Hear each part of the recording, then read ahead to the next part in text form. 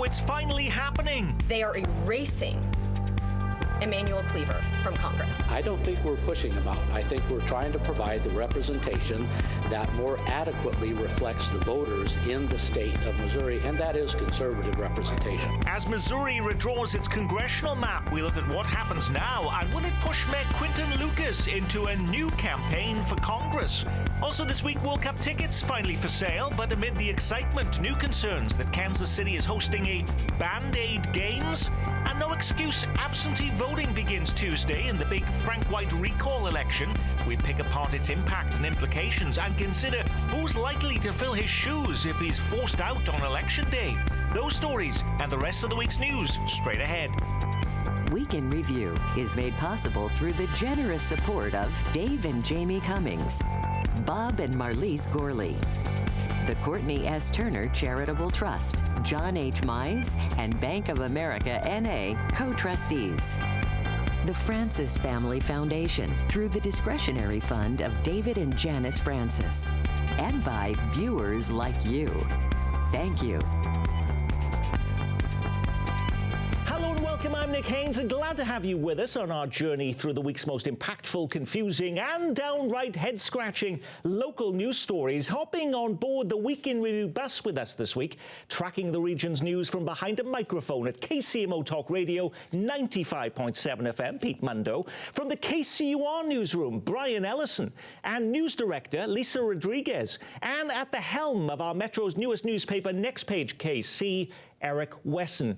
Now, remember that time when the only thing our local media was talking about was stadiums? Well, now it's maps. As we record our program this week, Missouri lawmakers getting ready to send to the governor's desk a new congressional map that would make it tougher for Kansas City Congressman Emanuel Cleaver to win re-election.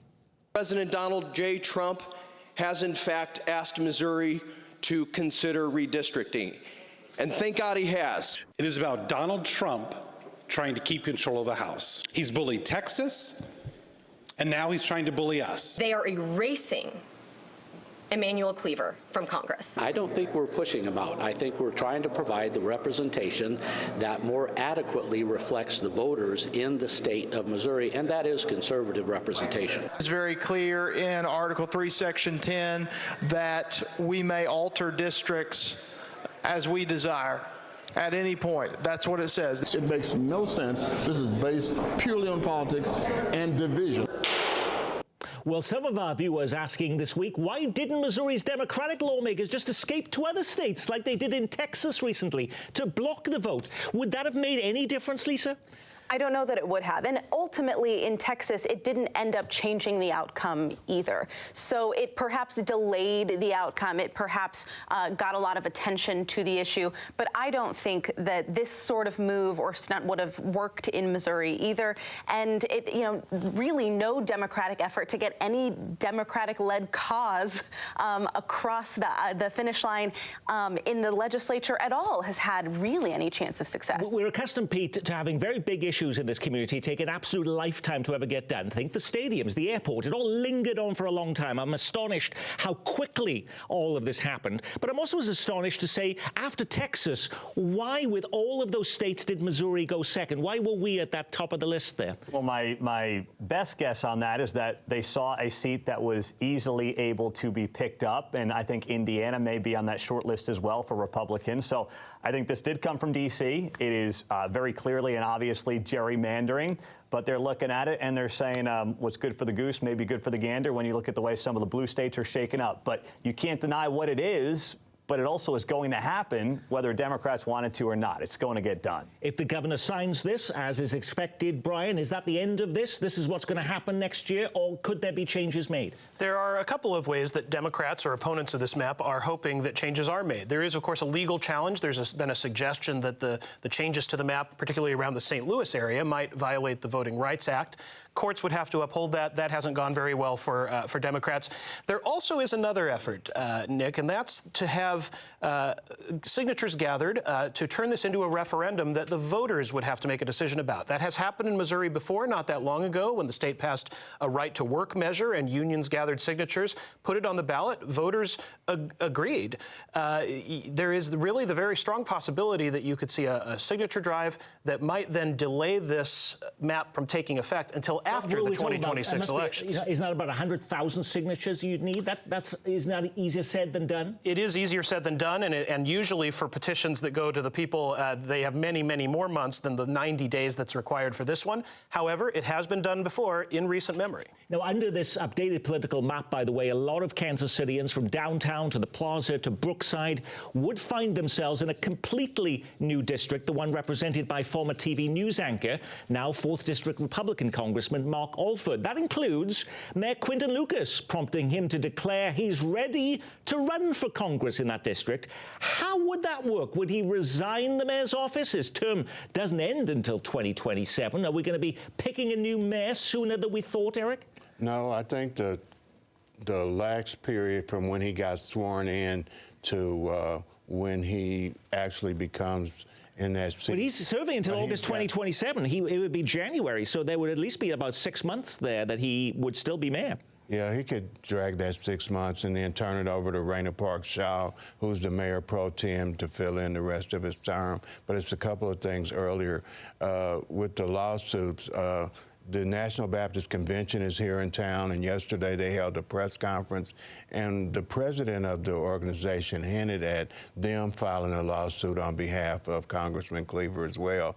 You got the NAACP with a lawsuit. Cleaver more than likely would file one on his behalf. So they might be fighting lawsuits for about 6 or 7 months with that. But hasn't the Supreme Court showed an incredible tolerance for allowing states to decide these issues? Absolutely. And one more note on Mayor Lucas. He does have an opportunity here to run for Congress, not run against Cleaver, not challenge Cleaver's seat. It's a tough district to win should he do it. But if he loses, he can finish out his term as mayor. He only needs to resign that position if he wins that 4th congressional district. How would a matchup between a Mark Alford, who is a very popular TV anchorman here in town, and Quinton Lucas work out, Pete? Well, it's still a heavy Republican district. So it's Alford won like by 70% of the vote? Yes, and Alford won a lot. But even the new district is going to be an R+ double digits, more or less, from what I'm hearing. So Quinton Lucas would have a major uphill battle. I don't think he could pull it off in this cycle because, well, you would have Mark Alford who would hang the issue of crime all over him on this issue here in Kansas City. And, you know, we've talked about that off the air, and now we're talking about it on the air, but that's what would happen to him. But a lot can happen in a year, Brian. Well, a lot can happen in a year. I think that's probably what it would take for Quinton Lucas to beat Mark Alford is something unexpected. That's happened in Missouri and Kansas congressional races in recent memory. A big mistake by Mark Alford, something happening in his life, a major blue wave of unprecedented proportions. There are probably ways you could sketch out a Quinton Lucas victory, but I think there's no doubt that it would be an uphill battle for exactly the reasons Pete said. This district is not being drawn to be a 50-50 toss-up. This district is being drawn to be strongly pro-Republican. They thought Sharice Davis was dead too, but she wound up with a ground game and wound up winning in that district. Even though they were districted that in Kansas. But let me ask you, we keep hearing about that, Pete, that, Kansas is considering it. We have all the candidates running for governor. Is this just idle chatter, or are we moving further towards doing that in the state of Kansas? Well, I think for now it's just idle chatter, and it's good politics going into an election year where everyone and their mother wants to be governor of that state right now. So that's what it seems to be going on there. And plus, Sharice Davids keeps winning by larger margins. So to her credit, she keeps building on her victories. The other issue for Quinton Lucas, he's not Sharice Davids from the standpoint of he's not the incumbent, and he's got a track record that can really hurt him in deep red parts of that district right now. Just in fact-checking, there are actually only 193 people running for Republican as governor in the state of Kansas. Not everyone and their mother. But anyway, at the same time Missouri lawmakers are slicing and dicing the congressional map, they're also performing surgery on the process for approving issue questions on the Missouri ballot. At their special session in Jefferson City this week, lawmakers have crafted a constitutional amendment to raise the bar for passing citizen-initiated measures like legalizing marijuana, raising the minimum wage, or approving abortion rights. Instead of a simple majority to pass, they would also now have to be approved by voters in every one of the state's 8 congressional districts. What are the governor and lawmakers unhappy about in the current system, Lisa? Well, they argue that it is too easy. It has become too easy to change the Constitution of Missouri. But also, this is the mechanism by which many of the most progressive causes, by any cause championed by Democrats, has been able to become law, is through this initiative petition process. It's how we saw marijuana legalization, a change to the Constitution to enshrine a right to abortion, Medicaid expansion, all of these other things. It is interesting, though, that they would like this measure, this initiative petition reform measure, to pass under the lower threshold for passing amendments. And interestingly, that they would likely put their own measure to anti-abortion measure on the ballot also under a lower threshold. And further interesting is that the proposal is only that citizen-driven, petition-driven changes to the state constitution would require this higher threshold that has to be approved in every congressional district. The legislature itself, which for the foreseeable future is likely to be dominated by Republicans, would be able to place measures on the ballot that only require a simple majority across the state. Pete, politically, though, these ballot questions are not conveniently clear-cut politically. There are often times, for instance, like legalizing marijuana, many Republicans would support that. Those who supported Donald Trump for president would also be behind that. So what would this measure do if there was a constitutional amendment? Would that have an uphill climb if it was to change the way and make it more difficult to put ballot questions on the ballot in Missouri? Well, I think for Missouri Republicans, many would say they've done a poor job on actually advancing their own policies over the last few years. And they've gotten steamrolled on some of these issues on the ballot, and they've been trying to get initiative petition reform done for years. It was part of the gubernatorial race a couple of years back, and they haven't succeeded.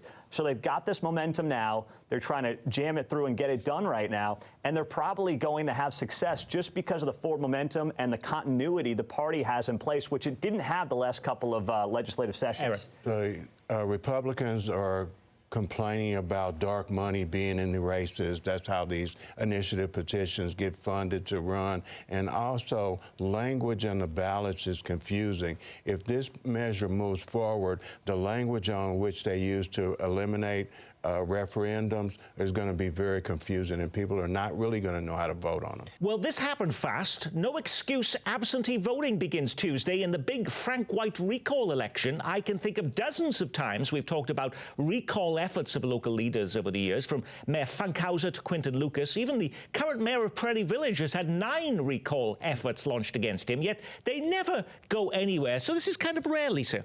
It is rare for an election like this to actually happen versus kind of talk about it to fizzle out. So I think that Frank White is at great risk here. He appeared on KCUR recently saying that he plans to win this recall election. He plans to survive the recall election. He also interestingly said that if he does win, he doesn't see any changes, any way he would do his job differently to work better with the legislature. It was a really striking moment to hear on Up to Date, that moment of even if I survive this, I wouldn't change anything. One of the biggest questions people have is they don't know who was going to replace him. Some people we've seen say they're not going to vote until they know clear-cut who will be the next Jackson County executive. So how is that going to work? If he is ousted on September 30th, what happens then, Brian? So as soon as the election is certified, the county legislature chair will actually appoint a very temporary executive. Could he appoint himself? That's Deron McGee. Deron McGee could appoint himself to that role. There's nothing in the charter that says he can't, but he couldn't serve for more than 30 days. And if the legislature can't agree with a majority on who to replace him within 30 days, a judge actually decides. Okay, put us out of our misery, Eric. Who is going to be the next Jackson County executive then, if Frank White is ousted on September 30th?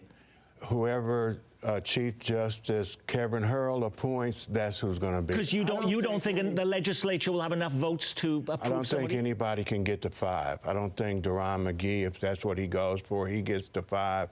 And I don't think that Phil LaVota gets to 5 with the current legislature that they have. So it's going to be up to Kevin Hurl. He is the judge that would make that appointment.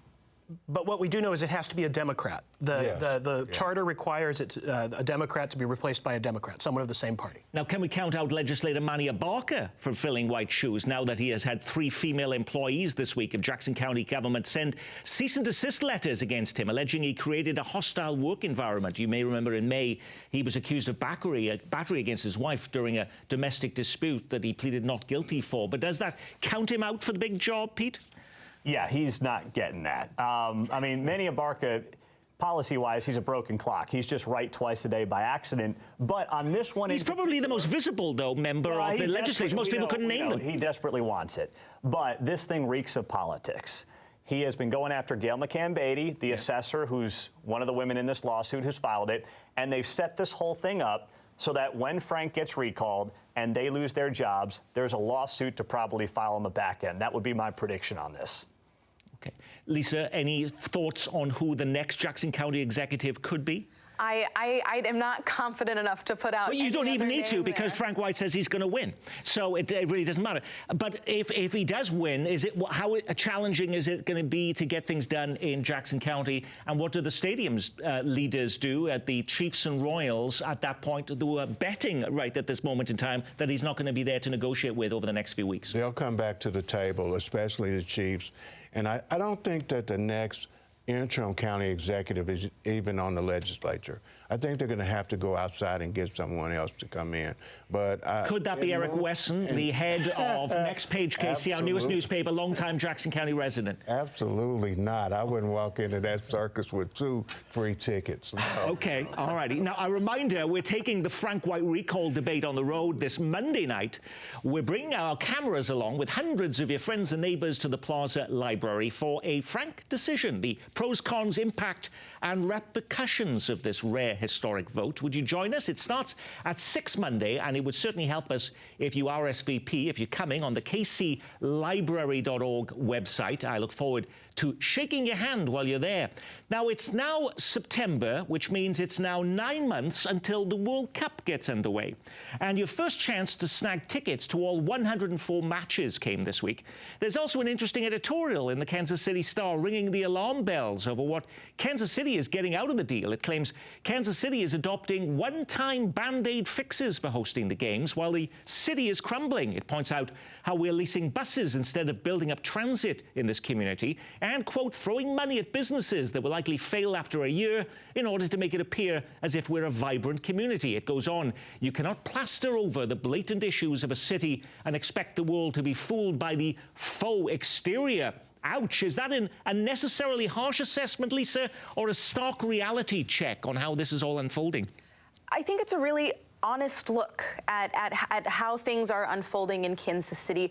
We talked when the World Cup announcement came about how this opened up the possibility to really establish efficient public transit in Kansas City, how this could open the doors to building more affordable housing, real solutions to homelessness, yes, and providing resources to unhoused people. And a year out from this event, less than a year out at this point, we haven't made enough progress on any of those issues to believe progress could happen now. The last World Cup in Qatar was labeled the most green, sustainable games in history. The LA Olympics coming up is viewed as the carless games. You're not going to be able to have a vehicle. What is the legacy of these games?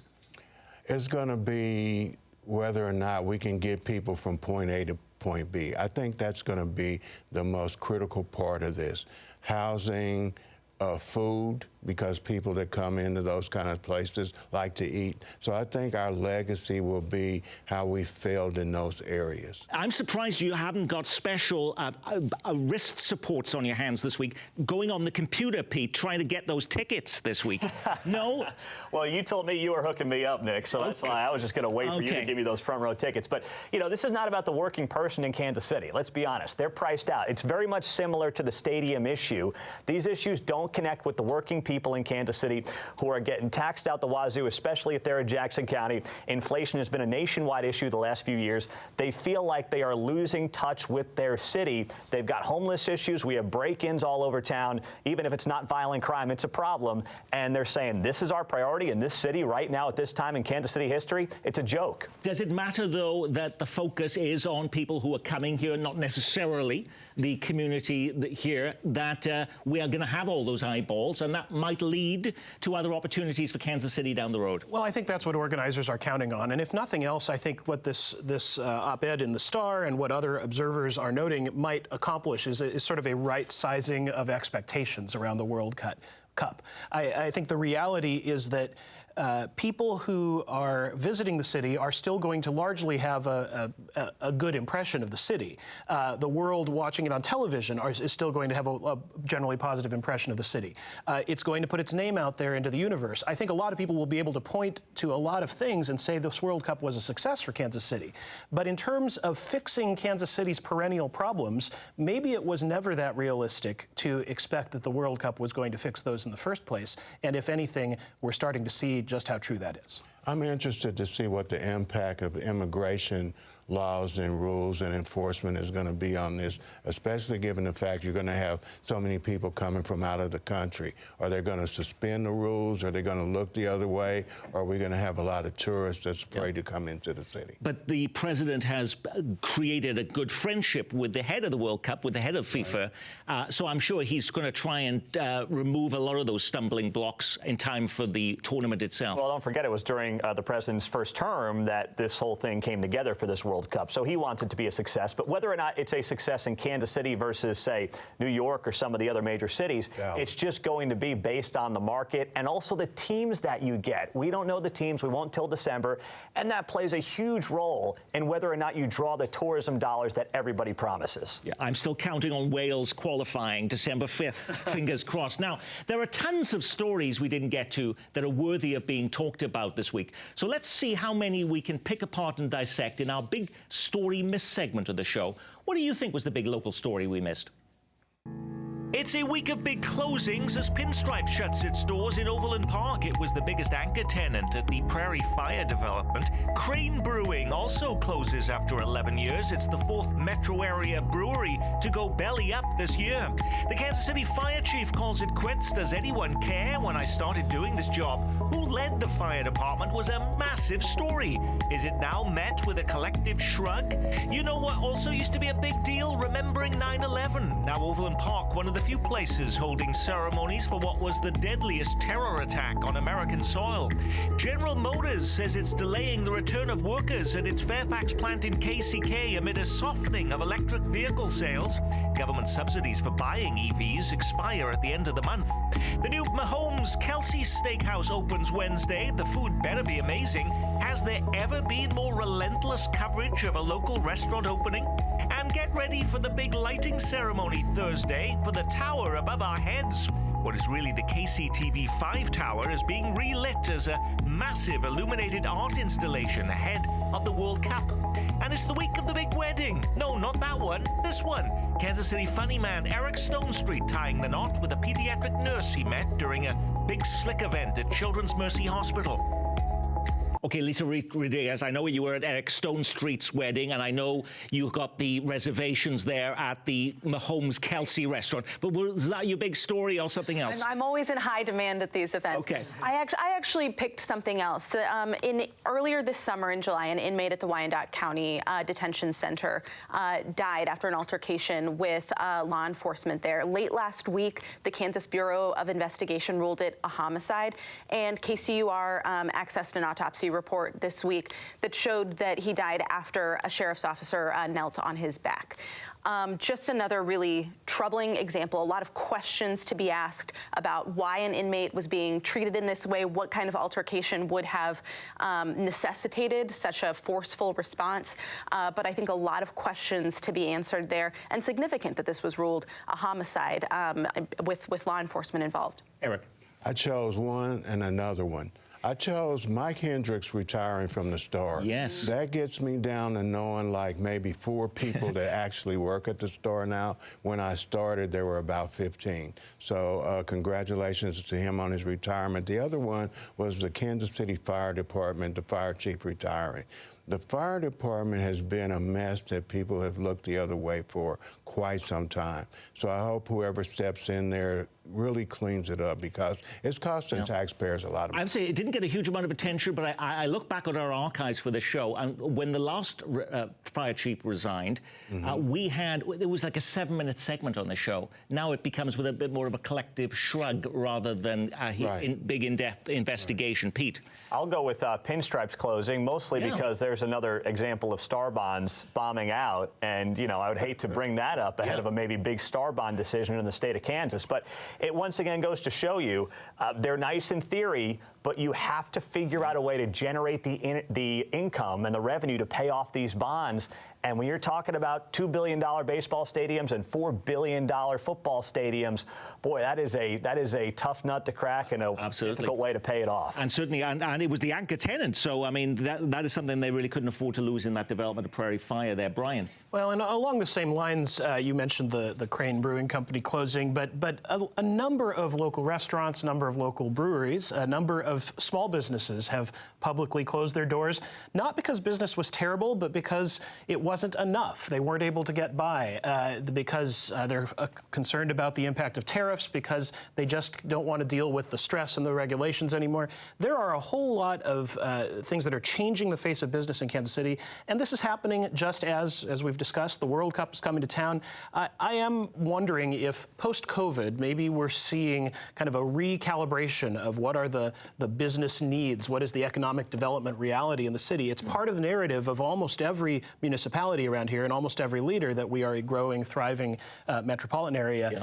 Is that happening down at the local level? That was the 4th brewery this year that is closed in our metropolitan area. And I know we talk about tariffs and the economy, but is it our young people, our young viewers, yes, you watching, who've decided to move to hard seltzers instead of beer? On that, we will say our week has been reviewed courtesy of KCUR's Brian Ellison and Eric Wesson from Next Page KC. Leading the newsroom at KCUR 89.3 FM, Lisa Rodriguez. And further up the dial at 95.7 FM, you'll find Pete Mundo, weekdays from 6 to 10 on KCMO Talk Radio.